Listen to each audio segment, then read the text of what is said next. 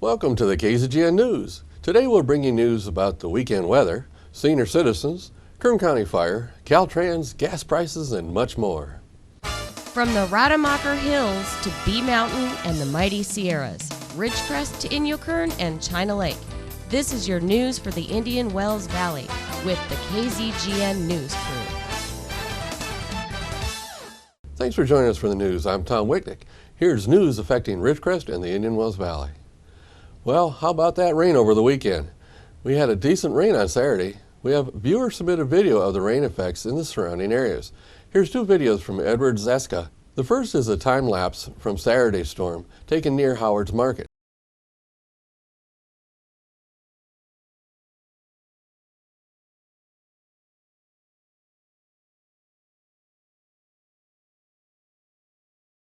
The second video is the flash flooding in Red Rock Canyon and on Garlock Road. Over the weekend, we received approximately a quarter inch of rain. For the month of July, we received about 3/400ths of an inch so far. The normal rain for July is only about 1/16 of an inch. Garlock Road was closed all weekend. We don't have any update on its opening back up. Again, our thanks go to Edward Ziska for those videos. If anyone else has any videos or pictures they'd like to share, email them to info@kzgn.net. We'd like to share them with our viewers. We'll get the details for future rain from KZGN's weather guy Keith in a little bit. In breaking news out of the White House, it's being reported that the Obama administration is seeking tighter controls over firearms purchases, pushing to ban Social Security beneficiaries from owning guns if they lack the mental capacity to manage their own affairs. This is a move that could affect over 2 million people whose monthly disability payments are handled by others. The White House is considering using the executive order process, in their words, to bring the Social Security Administration in line with laws regulating who gets reported to the National Instant Criminal Background Check System, which is used to prevent gun sales to felons, drug addicts, immigrants in the country illegally, and others. The others language of the federal gun laws denies gun ownership by people that are unable to manage their own affairs due to marked subnormal intelligence or mental illness, incompetency, condition, or disease. However, the determination of these conditions are usually done via a court determination or a medical board determination. Experts argue there is no simple way to identify that group. Some say using the system the VA uses would help. However, many veterans say they have been denied their right to own a gun for unjust determinations. If Social Security, which has never participated in the background check system, uses the same standards as the VA, millions of beneficiaries would be affected. About 4.2 million adults receive monthly benefits that are managed by representative payees, but that doesn't mean they are incapable of managing their affairs. Many seniors voluntarily let others handle their affairs just for the convenience. Not to mention that seniors are a class of people that actually need to be able to protect themselves. This executive order can leave them defenseless in a world that seniors are under attack daily across the United States. Some of these people are vulnerable to bad crime. The move is part of a concerted effort by the Obama administration after the 2012 Sandy Hook Elementary School shooting in Newtown, Connecticut, to strengthen gun control, including by plugging holes in the background check system. But critics, including gun rights activists, mental health experts, and advocates for the disabled, say that expanding the list of prohibited gun owners based on financial competence is wrong-headed. Though such a ban would keep at least some people who pose a danger to themselves or others from owning guns, the strategy undoubtedly would also include numerous people who may just have a bad memory or difficulty balancing a checkbook, the critics argue. Someone can be incapable of managing their funds but not be dangerous, violent, or unsafe, said Dr. Mark Rosen, a Yale psychiatrist who has studied how veterans with mental health problems manage their money. There are very different determinations. The implementation of this new standard has the potential of being widely misused, leaving capable seniors without the ability to protect themselves. The Kern County Sheriff's Department reported on July 17th at 8:30 a.m. deputies were dispatched to Antelope Valley Hospital at the request of Adult Protective Services for a report of elder abuse.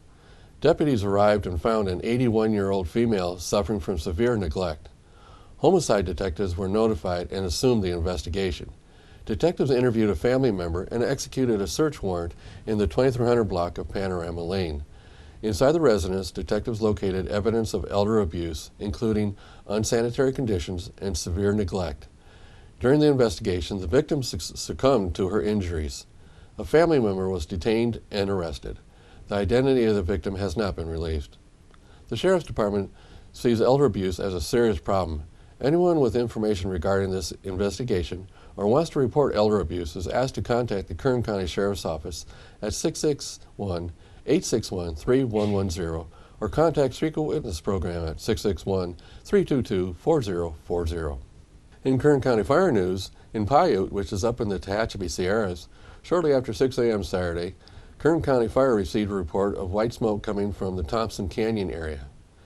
An immediate first alarm interagency response was started. Helicopter 408 arrived on scene and immediately started to drop water on the fire. The fire was in a remote location which engine crews had a slight extended response. Fire crews arrived shortly after and started to deploy hose packs around the fire. Due to low relative humidity and drought, Kern County fire crews, with their quick actions, was able to have hose packs deployed around the fire and contain it to approximately 1.5 acres. Fire crews remained on scene and did mop-up all day Saturday. Thanks to their quick action, fire didn't spread fast, even though it was windy. The Kern County Fire Department urges the public to clear grass from around their fence lines and to provide a defensible space around structures to reduce the threat of life and property. Now a story submitted from the NOC-WD Public Affairs Office and written by Brian Wolfcoat. NASA and industry met for a bio-inspired technology talks at the 5th Annual Multi-Use Technology Symposium hosted by California's Innovation Hub for Defense, Energy, and Aerospace on July 9th in Ridgecrest. Opportunities where we can actually get industry, academia, and government together to start having these kinds of conversations, like bio-inspired technologies, help us focus on the technologies that we think are going to be important. NOC-WD Executive Director Scott O'Neill said, "Hopefully this is just more seeds that we can grow to strengthening collaboration and building partnerships with the defense, energy, and aerospace communities." The bio-inspired technology talks highlighted how evolution removes design flaws in living organisms while further developing their successful ones. Found within the research area known as biometrics, scientists and engineers look to Mother Nature to study and imitate these successful traits in hopes of improving or advancing their research. Flock movements, swimming motions of fish, and response signaling in files are several examples of bio-inspired studies that have directly progressed work related to sensing, locomotion, and production. Rear Admiral Matt Winter, the first NOC-WD commander to become a chief naval research, delivered the event's keynote speech on the Office of Naval Research and the role collaboration plays in finding these new technologies. "Science and technology is truly about discovering something that's never been known before," Winter said. "Bio-inspired technologies are important, absolutely, but I'll challenge you to think externally and about the people here that you haven't met. Take these new relationships and understand where the common, cousin, and unique overlaps are. Usually we collaborate in common areas, but if you identify the cousin and unique areas, you will find latent opportunity to create." Presentations covered a wide array of topics from NASA's minimum induced drag of wings, Tanner research, incorporated insect-inspired visual guidance, and the chemistry branch at NOC-WD's Research in Advanced Biofuels and Bone-Derived Materials at NOC-WD has been a participant in the state-recognized Innovation Hub for Defense, Energy, and Aerospace since 2013. Stay tuned for more news from NOC-WD when we come back.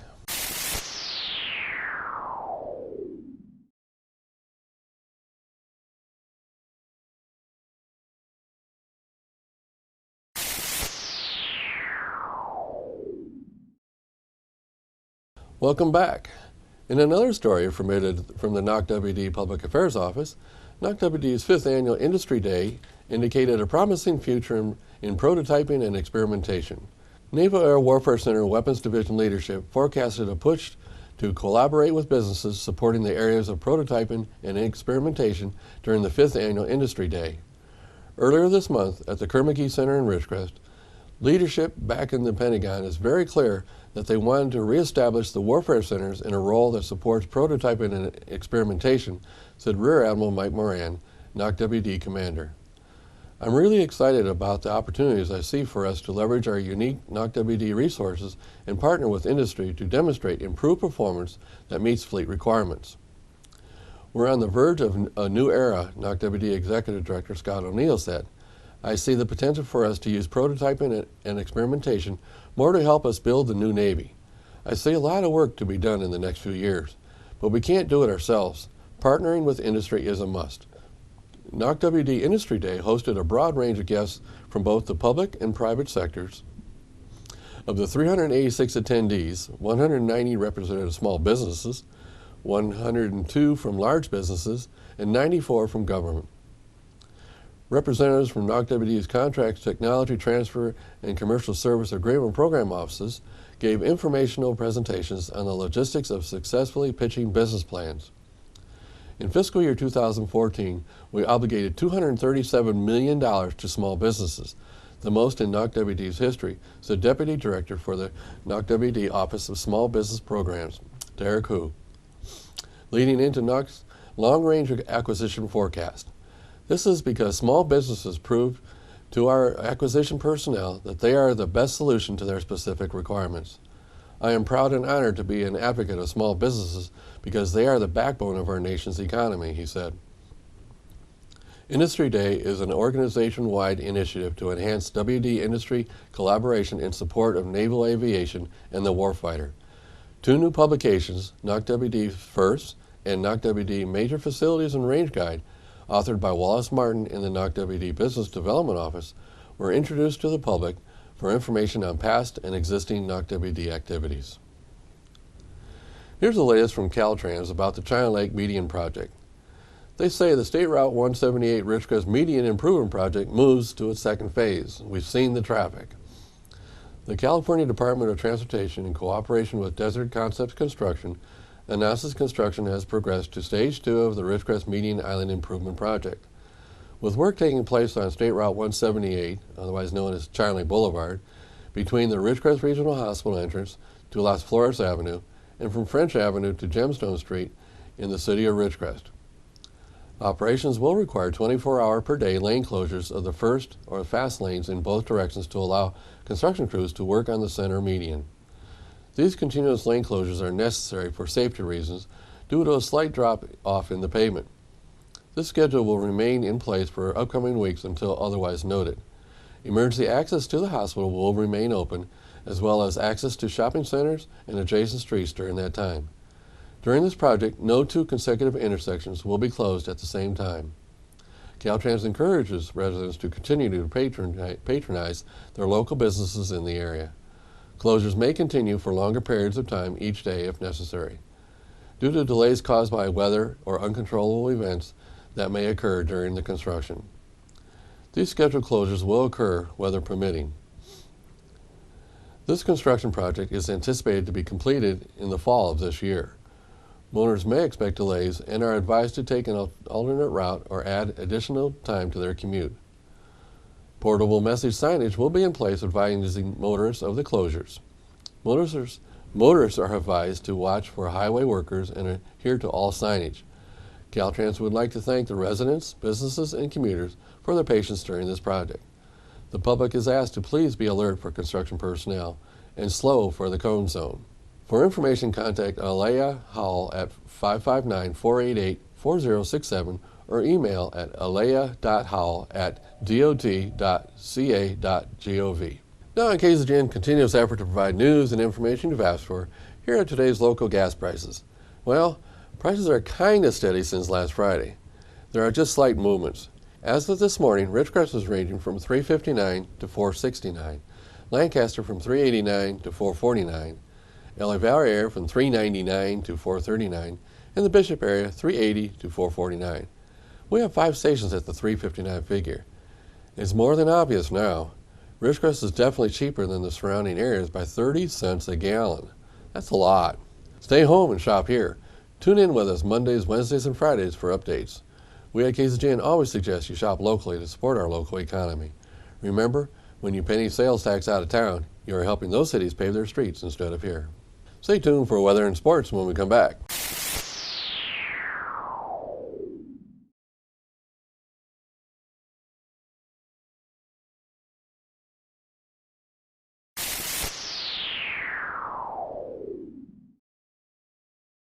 Thanks for staying with us. Let's go to Keith for an update on the rain. Thank you, Tom. From the National Weather Service, the heat wave that has been gripping parts of the southern and eastern U.S. will continue, with heat index values as high as 100 to 110 degrees. Heat advisories are in effect or will be in effect across the southern plains and southeast and across the mid-Atlantic from the Carolinas to New York City metropolitan area. Temperatures across the nation: North Carolina came in at 83, Ohio 79, Georgia 83, Arkansas 86, Texas 79, Colorado 69, Utah 64, Los Angeles came in at 75. For us here in the IWV, tonight a 30% chance of showers and thunderstorms, partly cloudy with a low around 72, southwest wind 5 to 10 miles per hour with gusts as high as 15. And we start drying out on Tuesday, mostly sunny with a high near 96, southwest wind 5 to 10 miles per hour. Tuesday night, mostly clear with a low around 73, west wind 10 to 15 miles per hour with gusts as high as 20. Wednesday will be sunny with a high near 96, south wind 5 to 10 miles per hour. Wednesday night, mostly clear with a low around 72, southwest wind 10 to 15 miles per hour. And Thursday will be sunny with a high near 97. South wind 5 to 10 miles per hour.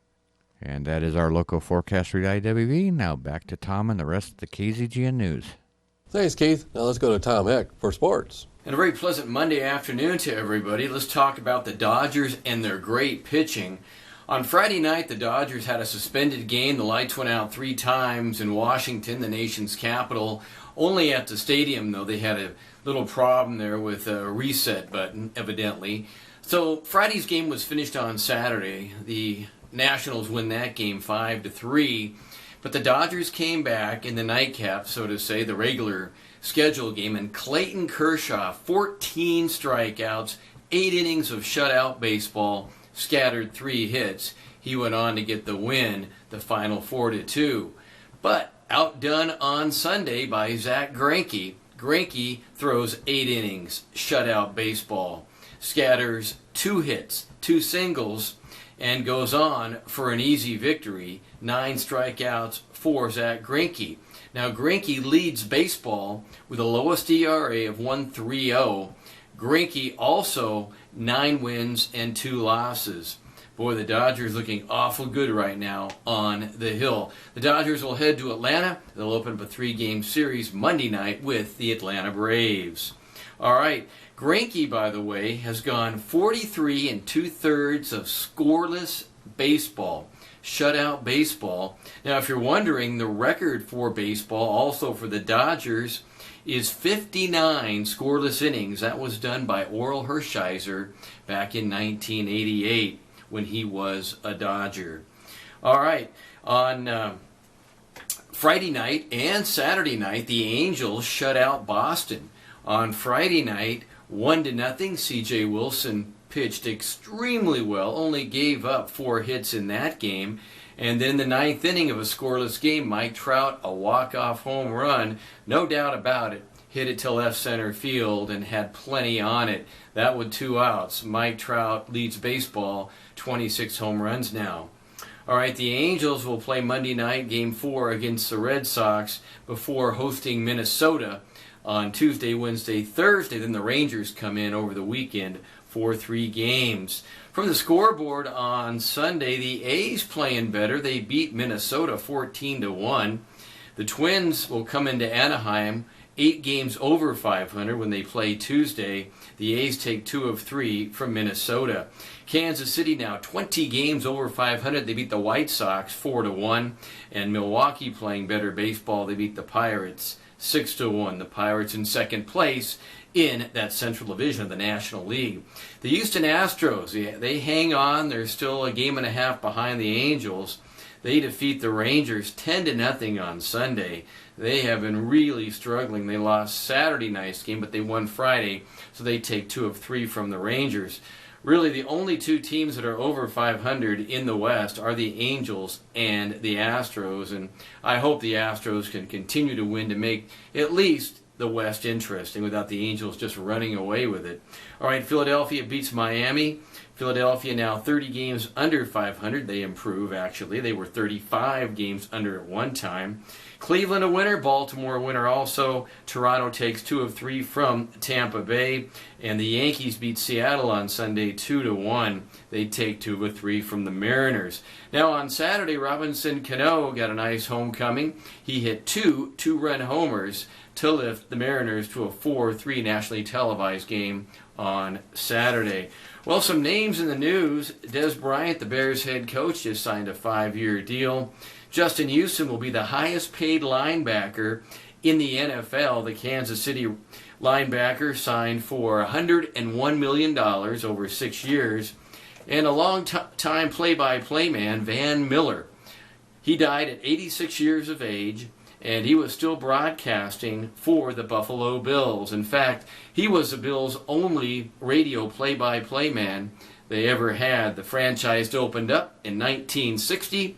That's when Van Miller started his broadcasting, and now worked until he passed away. Boy, and he was a very, very good play-by-play guy. Van Miller, he'll be in the Hall of Fame, former, now Buffalo Bills sportscaster, and again dies at 86, the longest run in the NFL as far as broadcasting goes. All right, that's your sports for this Monday afternoon. Have a very pleasant evening. I'm Tom Heck for KZGN. So that's the news for today. All of us at KZGN-TV know you have a choice in what you watch for your news. We all thank you for choosing KZGN-TV, Ridgecrest's only locally owned community TV station. Now here's a video of a happy surfing seal. Stay with us for a Ridgecrest Talk coming up next.